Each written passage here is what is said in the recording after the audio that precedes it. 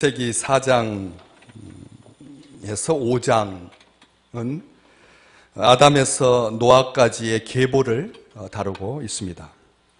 4장은 16절부터 보시는 바와 같이 가인의 후손들을 다루고 있고, 4장 후반부 25절, 26절 같이 읽으셨는데 25절부터는 셋의 후손을 다루고 있습니다. 그런데 5장 1절로 가보시면 이것은 아담의 계보다라고 분명히 밝히고 있습니다. 4장은 가인부터 시작된 가인의 후예들, 그리고 5장은 아담으로부터 시작된 아담의 후예, 셋의 후예들을 다루고 있습니다. 가인으로부터 시작된 가인의 후예들은 6대째 라멕, 그리고 그 아들들 3남 1녀 야발, 유발, 두발가인과 나아마까지 다루고 있고, 아담으로부터 시작된 이 족보는 노아의 밑에 아들, 노아의 후손들 셈과 함과 야벳까지를 다루고 있습니다. 정확하게 대수로 말하면 가인부터 라멕의 후손까지는 7대, 아담부터 노아의 후손까지는 11대를 다루고 있습니다. 그런데 끝 대수가 라멕을 중심하고 있고, 이 아담의 계보에서는 노아가 아주 두드러진 사람인 것이죠. 그래서 11대까지를 다루고 있습니다. 이 두 족보는 단순하게 아담의 후손들을 다루고 있는 것이 아닙니다. 아담의 맏아들이었던 가인과 그리고 아벨은 형에 의해서 죽임을 당하고 셋째 아들 셋 이야기가 나오고 있습니다. 셋째인데 이름이 셋입니다. 그래서 우리가 기억하기가 가인, 아벨, 셋, 이렇게 세 번째 아들 이야기인데, 하나님께 순종하고 경외하는 구원받은 사람들과 본래부터 하나님을 거부하고 죄성대로 행하여서 마침내 멸망한 사람들, 두 가문을 다루고 있습니다. 처음부터 믿음의 씨냐 불순종의 씨냐, 이게 나누어지고 있다는 것입니다. 가인으로 말미암는 가인의 후예들은 죄로 말미암아 7대에서 끝나고 맙니다. 그리고 영원히 이 인류의 역사 속에서 가인의 후예들은 종적을 감추고 맙니다. 그런데 여전히 가인이 행했던 그 죄로 말미암아 믿음의 후손인데 죄의 영향 아래 있는 것을 보게 되는 것이죠.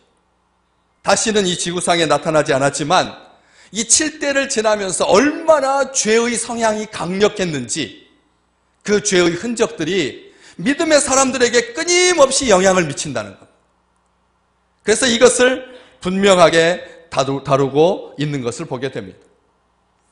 아담은 하나님께 범죄하여서 에덴 동산에서 쫓겨난 사람입니다.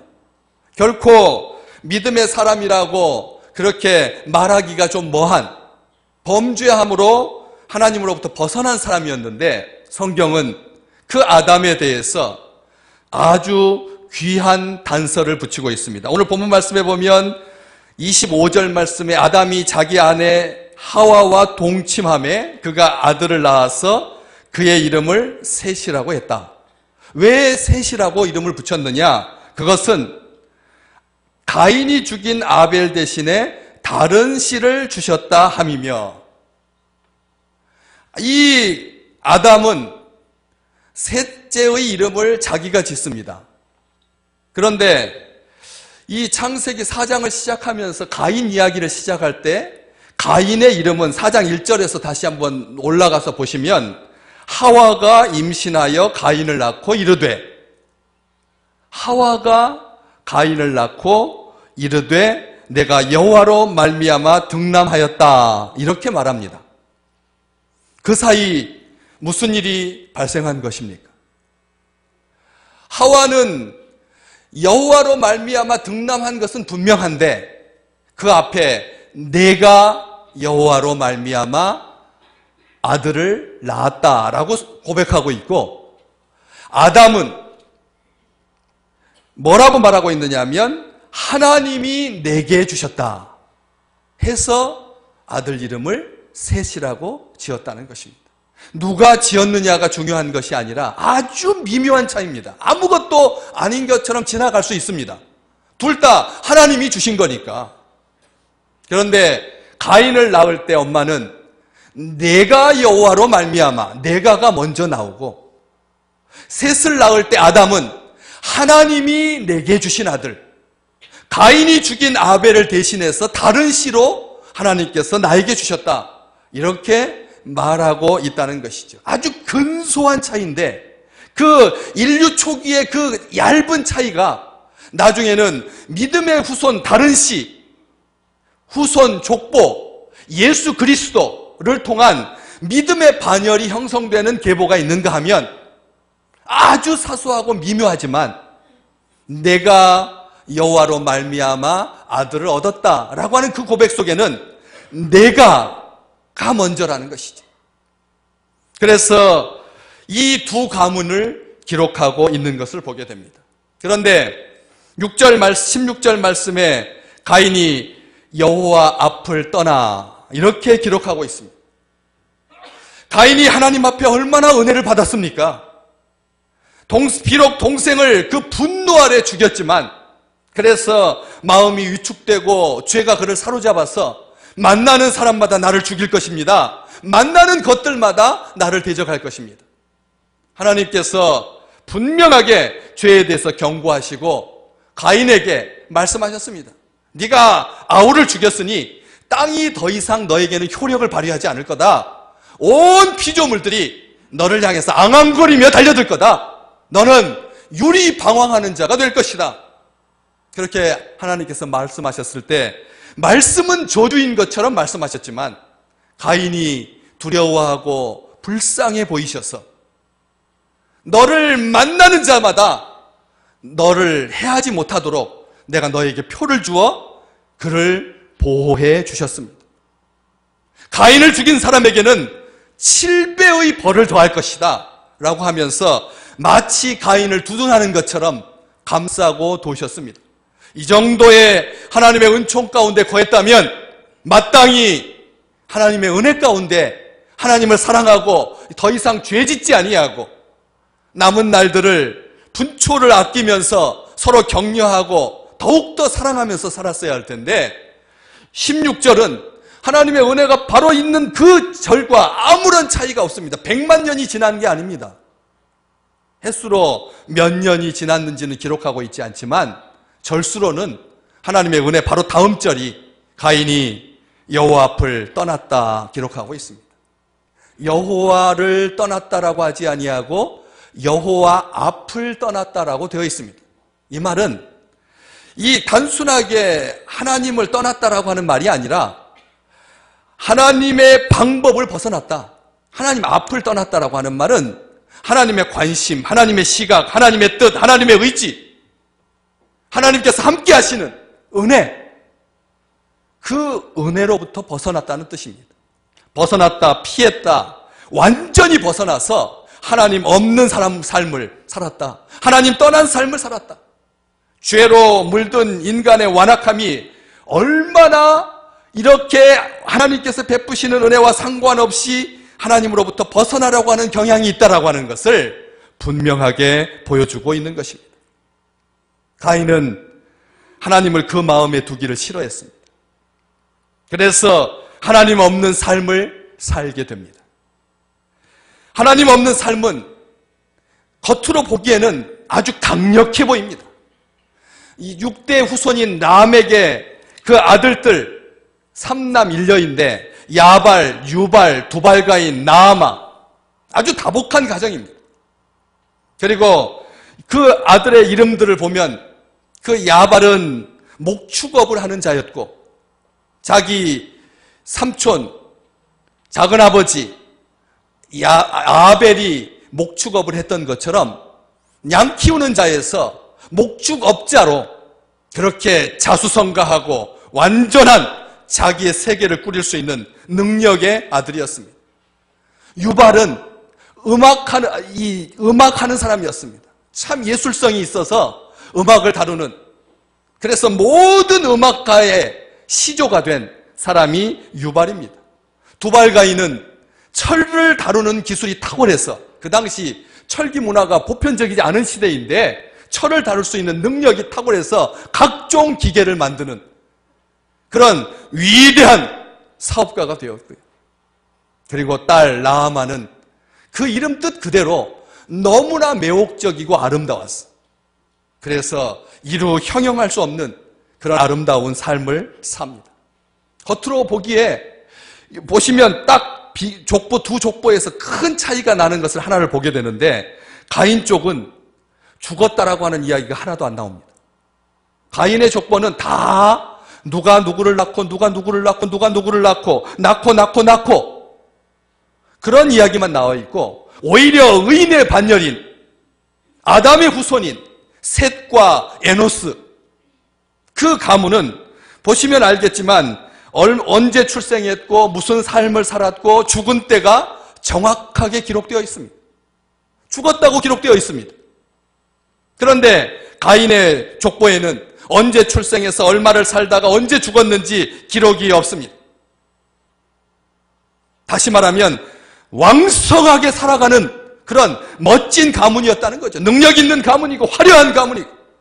자식들의 이름을 가만히 보시면 에녹이라고 하는 아들, 이 에녹이라고 하는 이 아들과 5장 21절에 나오는 에녹, 아담의 후손인 에녹과는 다른 사람입니다. 우리는 자칫 혼돈하기 쉬운데 이름이 같습니다. 이름의 문제가 아닌 거죠. 이름 때문에 그 가문이 흥하고 어떤 가문이 망하는 것은 아닌데 똑같은 동명이인인데, 에녹은 무두셀라라고 하는 969세를 산, 다들 1000년 가까이 살았는데 그 후손 중에서 가장 오래 산 무두셀라의 아버지입니다. 그게 바로 에녹이죠. 셋의 후손, 아담의 후손. 그리고 그는 이 땅에서 365세를 살고 하나님께서 데리고 가십니다. 하나님과 동행하셨습니다. 하나님께서 그를 기뻐하셨습니다. 죽음을 보지 않고 하나님께서 데려가신 자, 에녹입니다. 반면에 가인의 아들 에녹은 얼마나 능력이 출중했는지 아들의 이름으로 성을 쌓을 만큼 도시의 이름을, 성곽의 이름을, 성벽의 이름을 에녹이라고 지어서 이 땅에서 강력한 그런 이 인생을 살도록 하고 있는 것을 보게 됩니다. 그 에녹이라고 하는 말 자체가 헌신했다는 뜻입니다. 하나님을 향한 헌신이든 일에 대한 헌신이든 두 사람은 겉으로 볼 때 똑같은 이름을 가지고 있으니까 헌신자였습니다. 시작한다는 뜻이 있습니다. 가르친다라고 하는 뜻이 있습니다. 하나님을 떠난 사람들의 시작은 왕성한 것 같고 원조이고 그리고 조상이어서 많은 사람들이 그런 매력적인 가문이었지만 불신과 배반을 가르치는 그런 후손이 되고 만 것이죠. 그 에녹의 아들 이랏은 도망자이고 도피자라는 뜻입니다. 하나님을 피해서 온갖 죄를 짓고 도망다니는 사람에게 마음의 공허함을 채울 수 있는 것은 아무것도 없다라고 하는 것을 그 이름을 통해서 확인은 하지만 그 이름 속에서는 과시하는 자라고 하는 뜻이 있습니다. 굉장히 능력 있는 삶을 살아서 과시하듯 그렇게 많은 것들을 가지고 살았던 사람이라고 하는 것을 알 수가 있고요. 무두사엘, 이랏의 아들 무두사엘은 지옥의 사람이라고 하는 아주 흉측한 이름이기도 하지만 또 반면에는 하나님의 사람이라고 하는 뜻도 있습니다. 다시 말하면 상반된 두 가지 삶을 살았다라고 하는 뜻인데 어쨌든 그는 하나님의 사람이라고 하는 그런 칭찬을 들을 만큼 그런 능력 있는 삶을 살았다고 하는 것을 알 수가 있고요. 6대째 라멕을 보면 라멕이라고 하는 뜻, 라멕도 아담의 후손 중에 있습니다. 가인의 6대손이기도 하지만 라멕은 두 쪽 다 나오고 있는데 라멕이라고 하는 뜻은 강하다라고 하는 뜻입니다. 정복했다라고 하는 뜻입니다. 한마디로 말하면 이 땅에서 능력 있는 삶, 힘 있는 삶, 그런 삶을 살았다라고 하는 것을 알 수가 있는 것이죠. 그런 가인이 여호와 앞을 떠나서 이루고자 했던 삶은 과연 어떤 모습이었을까요? 가인의 족보에 죽음이 없다라고 하는 말은 힘있게 살았다라고 하는 것을 반증하지만 동시에 그 아버지의 신앙이 자녀에게로 이어지지 못하고 전부 다 분리된 개인주의적인 그런 삶을 살았다라고 하는 것을 반증합니다. 죽음이 없었다라고 하는 말은 능력 있다라고 하는 말이 아니라 그냥 자기 삶을 살았다라고 하는 것이죠. 반면에 가인이 죽인 아벨 대신에 하나님께서 주신 다른 씨,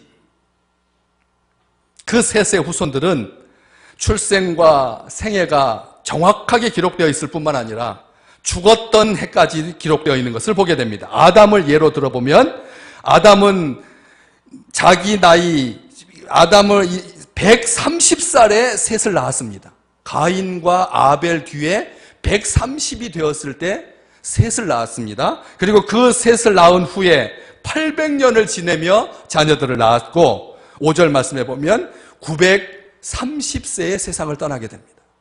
930년, 거의 1000년 가까운 시간을 살게 되는 것이죠.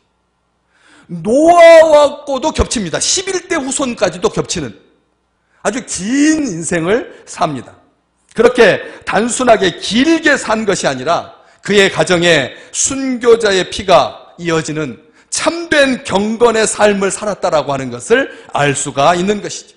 오랜 세월 끊임없이 이어진 신앙의 역사가 그의 계보에서 아버지에게서 자녀에게로 이어지고 있는 것이죠. 그래서 의사였던 누가는 예수님의 족보를 기록하면서 마리아로부터 쭉쭉쭉쭉 위로 올라가가지고 그래서 셋을 기록하고 있고 아담의 아들 셋, 그 다음은 아담이요, 그 다음은 하나님이요, 이렇게 족보를 마무리하고 있습니다. 그 이상은 하나님이십니다. 겉으로 보기에 강력한 삶을 산 것 같지만 개인주의적인 삶을 살았다라고 하는 것을 알 수가 있다라고 하는 것이죠. 그가 지은 성, 그가 쌓은 성, 그 성의 이름을 에녹이라고 짓고 그 성 앞에 들어가고 있는 것을 보게 됩니다. 범죄한 후부터 그 마음을 강하게 지배하고 있던 공포심 때문에 다른 사람들과의 관계를 단절하고 성을 쌓은 것입니다. 우리가 생각하기에 성을 쌓는 민족, 굉장히 강력한 제국이죠. 중국도 만리장성을 쌓았습니다. 그러나 제가 자주 말씀드렸지만 중국 만리장성은 외적의 침입을 통해서 망한 적이 한 번도 없다고 말씀드렸습니다. 성을 무너뜨리고 그렇게 넘어서 침략을 당한 것이 아니라 내부에서 배신자가 나와서 안에서 문을 열어주어가지고 침략당한 역사는 있어도 성을 넘어서 무너뜨리고 그 민족을 노략한 민족은 없었습니다. 이 성을 쌓는다라고 하는 것은 강력함의 상징이긴 하지만 그 강력함은 두려움으로 말미암은 것이라는 것이지. 가인은 하나님께서 보호해 주시겠다고 했지만 그 두려움을 떨쳐내지 못합니다. 표를 받았음에도 불구하고 죽음을 면하는 표를 하나님으로부터 받았음에도 불구하고 스스로 자구책을 마련하는 인생, 자기 스스로를 적과 원수로부터 보호해야 하는 인생은 피곤한 인생입니다. 힘들게 살아가게 돼 있습니다. 성을 쌓는다라고 하는 것이 매력적인 일이 아닙니다. 수십만 명을 수년을 동원해서 많은 사람들이 죽고 다친 다음에 생겨난 그런 물건이 성이기 때문에 그렇습니다. 자기 세상을 만든 것, 가인으로 상징되는 인간형은 자기 중심적이고 자기 욕망을 위해서는 하나님을 떠나고 하나님을 무시하고 자기들만의 세계를 만들어 가려고 하는 현대 사람들의 전형이기도 합니다. 자기 세상에 갇혀서 고립되고 마는 것이죠. 그래서 노 땅에 거주했다, 이 방황하는 땅에 거주했다. 노시라고 하는 땅의 이름이 방황하다는 뜻이거든. 거주하는 땅 이름도 방황이었고 쌓는 성도 사람들로부터 자기를 고립시켜가는 그런 성을 쌓았는데 성이 완성되지 못합니다. 그래서 히브리어 원어에서는 성을 쌓고 또 쌓고 쌓는, 다시 말하면 완성되지 못한, 계속해서 성을 쌓아야 하는, 계속 쌓은 것은 정착하여 살고자 하는 강렬한 욕망이 있었겠지만 하나님께서 땅으로부터 피하여 유리하는 자가 될 것이다 라고 하는 예언의 말씀이 성취된 것입니다. 성이 완성되지 못하면 완성되지 못하는 성은 오히려 더 그 안에 사는 사람을 죽일 수가 있습니다. 도간에 든 쥐처럼 강력한 외적이 침입했을 때 완성되지 못한 성보다 더 위험한 것은 없기 때문에 그렇습니다. 이러한 완성되지 못한 성의 대표적인 예가 창세기 11장에 나오는 바벨탑 사건입니다. 바벨탑은 하나님의 보호를 믿지 못해서, 심하게 말한다면 더 이상 하나님을 의지하지 아니하고 독립해서 스스로 자신의 안전을 지키며 생존하겠다라고 하는 의지의 표현인 것입니다. 사람들이 그냥 과시하려고 성을 쌓는 게 아니라는 것입니다. 하나님께 영광이라고 하는 것은 안중에도 없고, 인간이 중심이 되어서 인간의 힘과 능력을 과시하고자 인간에게 영광을 돌리는 게 목적인 것이 바로 바벨탑이라는 것이죠. 바벨탑을 쌓고 후손들은 강력해 보였지만 결과적으로는 그 인생은, 그 가문은 7대 만에 끝나고 만다는 것이죠. 그런데 반면에 아담의 후에 셋과 에노스, 아담이라고 하고 셋이 나오는데 이 셋째 셋은 그 아들 에노스와 같이 연결되어 있는 것을 보게 됩니다. 셋과 에노스. 그래서 26절 말씀에 셋도 아들을 낳고 그의 이름을 에노스라고 했고, 그때 사람들이 비로소 여호와의 이름을 불렀더라. 셋의 가문은 자기 아들대로 신앙이 이어지고 있는 것이죠.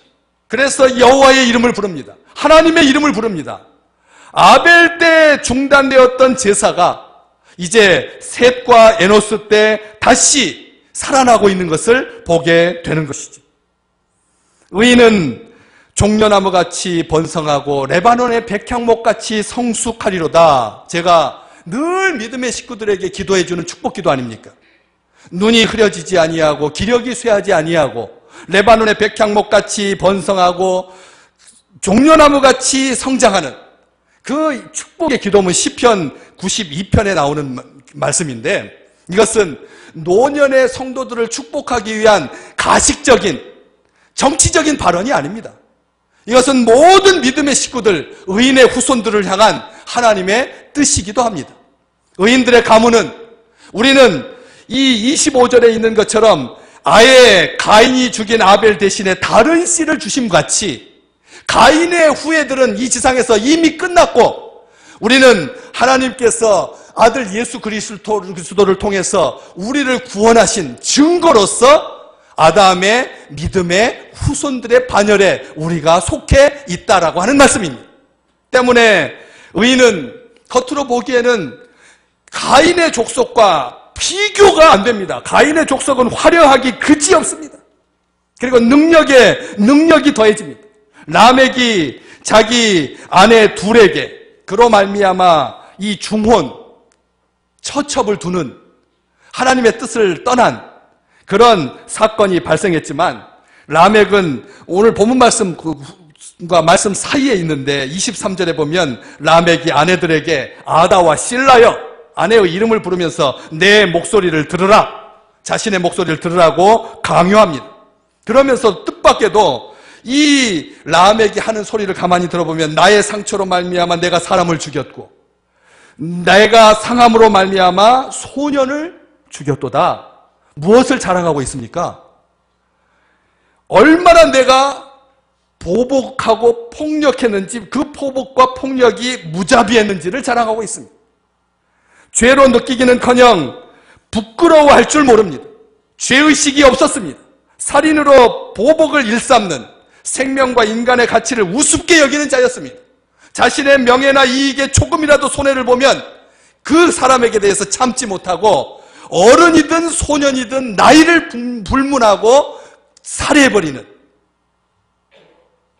정말 말도 안 되는 삶을 살았습니다. 게다가 그가 하는 말 24절에 보면 가인을 위해서는 벌이 7배라면 나를 위해서는 벌이 77배이리로다. 냉소적으로 하나님의 인자하심과 오래 참으심과 용납하심과 길이 참으심을 멸시하면서 하나님의 오래 참으심을 조롱하면서 가인을 통하여 그의 후손들이 죄가 얼마나 완벽하게 그 가문을, 후손들을 사로잡고 있는지를 보여주고 있다는 것이죠. 죄는 사람들의 생활의 일부가 되었습니다. 하나님이 7배밖에 보복을 못한다면 나는 77배만큼 보복할 수 있다. 하나님을 능욕하고 능멸합니다. 의인의 가문은 화려하지 않습니다. 의인의 가문은 강력해 보이지 않습니다. 그렇지만 천천히 자라지요. 종려나무같이 천천히 번성하고 백향목같이 느리게 성장합니다. 그렇지만 느리게 성장해서 100년 단위로 세지만 레바논 지역, 그 찬 한대 지역에서 눈 덮인 산골짜기 고산지대에서 자라다 보니까 천천히 자라기는 하지만 강하게 자라는 것이죠. 겉으로 보기에는 흐려 보여도 내유외강한, 외유내강한 그런 믿음의 가문을 이루어서 하나님께서 존귀하다라고 축복해 주신다는 말씀입니다. 믿음의 식구들은 이렇게 하나님께서 주신 화려하지도 강하지 않지만 여호와의 이름을 부르는, 하나님의 이름을 부른다라고 하는 것, 이것이 얼마나 소중한 일인데, 하나님께 예배하고 하나님께 제사, 하나님의 이름을 부른다라고 하는 말이 그냥 단순하게 바깥에 나가서 가인의 후예처럼 능력 있게 살지 못해서 억울해서 그래서 입을 뒤집어 쓰고 속으로만 하나님, 저는 당신을 사랑하는데 제 인생은 왜 이렇게 비참합니까? 하는 절규가 아닙니다. 많은 믿음의 사람들이 이 땅에 살면서 어떤 생각을 하냐면, 내가 지금은 정규적인 직장에 다니고 있고 대충 월급도 들어오고 소득도 있고 그래서 비슷해서 믿음의 식구들과 함께 봄이면 봄, 가을이면 가을 이렇게 친구되어 산으로 둘러 나갈 수 있지, 내 인생이 조금이라도 낭떠러지로 떨어진다거나 어려워지면 나는 하나님 어떻게 대할지 모르겠습니다. 저 스스로도 하나님 앞에서 내 신앙이 강력한 믿음이라고 어떻게 내가 자랑할 수 있겠습니까? 하고 부끄러운 마음으로, 지금은 잘 나가니까, 지금은 잘 대해주시니까 제가 꼬박꼬박 하나님께 예배드리고 하나님께 헌금 생활하고 하나님의 나라를 위해서 선교하지, 제 상황이 안 좋아지면 믿지 않는 자들보다 더 못할 수도 있습니다. 그런 말들을, 가끔 그런 생각들을 갖기 쉽다는 것입니다. 내가 지금은 정신이 온전하니까 하나님께 기도하고 예배하지, 나이가 들어서 60이 넘고 70이 넘어서 아침에 문을 잠그고 나왔는지 열고 나왔는지도 모르고 가스불을 켜고 나왔는지 껐는지도 모르는 이런 상황이 심해지면 하나님을 저주하고 원망하지 않을지 두렵습니다. 많은 사람들이 그런 생각을 갖더라고요. 그래서 여호와의 이름을 부른다라고 하는 것을 우습게 생각합니다. 하나님의 이름이야, 이 사람들한테 하나님의 이름 부르라고 하면 써있는 거 누가 못 부르나? 아무나 신앙을 가지지 않은 사람도 하나님의 이름 부르지 못하겠느냐? 하기 쉬운데, 여기에서 이 비로소 여호와의 이름을 불렀더라, 이 부르다라고 하는 말은 선포한다는 뜻입니다. 선포한다는 뜻입니다. 선포하다, 크게 외친다는 뜻입니다. 자기의 삶이 능력 있지 못하여 가지고 늘 피해의식을 가지고 한쪽 어두운 곳에 숨어서 간신히 자기 입술로 하나님 하고 떨리는 입술 가지고 그렇게 부끄럽게 부르는 것이 아니라 여호와의 이름을 크게 부르다, 여호와의 이름을 멀리까지 알린다는 뜻입니다. 우리 기억하셔야 합니다. 우리 교회에서 홀수년마다 동남아 지역에 비전 트립을 2팀씩 파송하는 이 놀라운 축복을 누리게 될 줄 누가 알았겠습니까? 평생에 자기 주변에 있는 사람들에게 복음 전한다라고 하는 것으로 행복했던 그런 사람들에게 하나님께서 기회를 주셔서 태국이라고 하니, 미얀마라고 하니, 캄보디아라고 하는 그런 이름도 듣도 못했던 먼 나라에까지 가서 우리의 자녀들이 예수 그리스도를 증거하고 있습니다. 우리 자녀들이 예수 그리스도를 전파하고 있습니다. 하나님의 이름을 부릅니다. 겉으로 보기에는 엉성해 보이고 아무것도 아닌 것 같지만 여호와의 이름을 부른다라고 하는 말은 바로 이런 것입니다. 그래서 그 단순하게 그 동남아 지역의 박항서 감독이 베트남의 우상이 되어가지고 덩달아서 한국의 프리미엄이 높아지는 것이 아니라 이러한 모든 접촉점들을 통해서 하나님은 악인이 멸망하는 것을 나는 결코 기뻐하지 않는다. 모든 사람들이 돌이켜서 하나님 내 앞에서 살기를 원하노라. 하나님의 마음, 하나님의 계획인 것입니다. 하나님의 뜻인 것이라는 거죠. 에노스 시대, 셋과 에노스 시대, 부자간의 그 시대에 아버지 아담이 살아있던 시대, 할아버지 아담이 살아있던 시대, 셋과 에노스 시대 비로소 여호와의 이름을 불렀습니다. 참 예배가 확립되고 바르게 세워졌습니다. 처음부터 믿음의 가문들은 하나님을 예배하기 시작했다는 것입니다. 그 예배가 지금 몇 년인데요, 지금 우리 시대에 우리가 하나님 앞에 예배할 수 있다라고 하는 건 몇몇 사람만이 아니라 많은 사람들에게 복음이 전파되고 알려지기 시작하고 하나님과의 잃어버렸던 만남이 다시 시작된 이 놀라운 축복이 믿음의 후손들에게 하나님께서 주신 선물이라고 하는 것이죠. 하나님께 예배하고 하나님의 이름을 찬양하는 예배가 예배를 통한 모든 것들이 세워지고 새로워지고 회복돼요. 우리를 살리는 것이 예배라고 하는 것을 믿고 예배 드릴 때마다 그리스도 안에서 구원받아서 믿음의 후손된 천천히 느리게 성장하는 것 같지만 하나님께서 복 주시고 아예 씨가 다른 사람들로 재창조된 믿음의 가문을 이루어 가시기를 주님의 이름으로 축복합니다. 그래서 예배가 예배로 이어지는 참된 새로움이 회복됨이 우리의 삶 속에서 날마다 더해져가는 귀한 삶이 될 줄로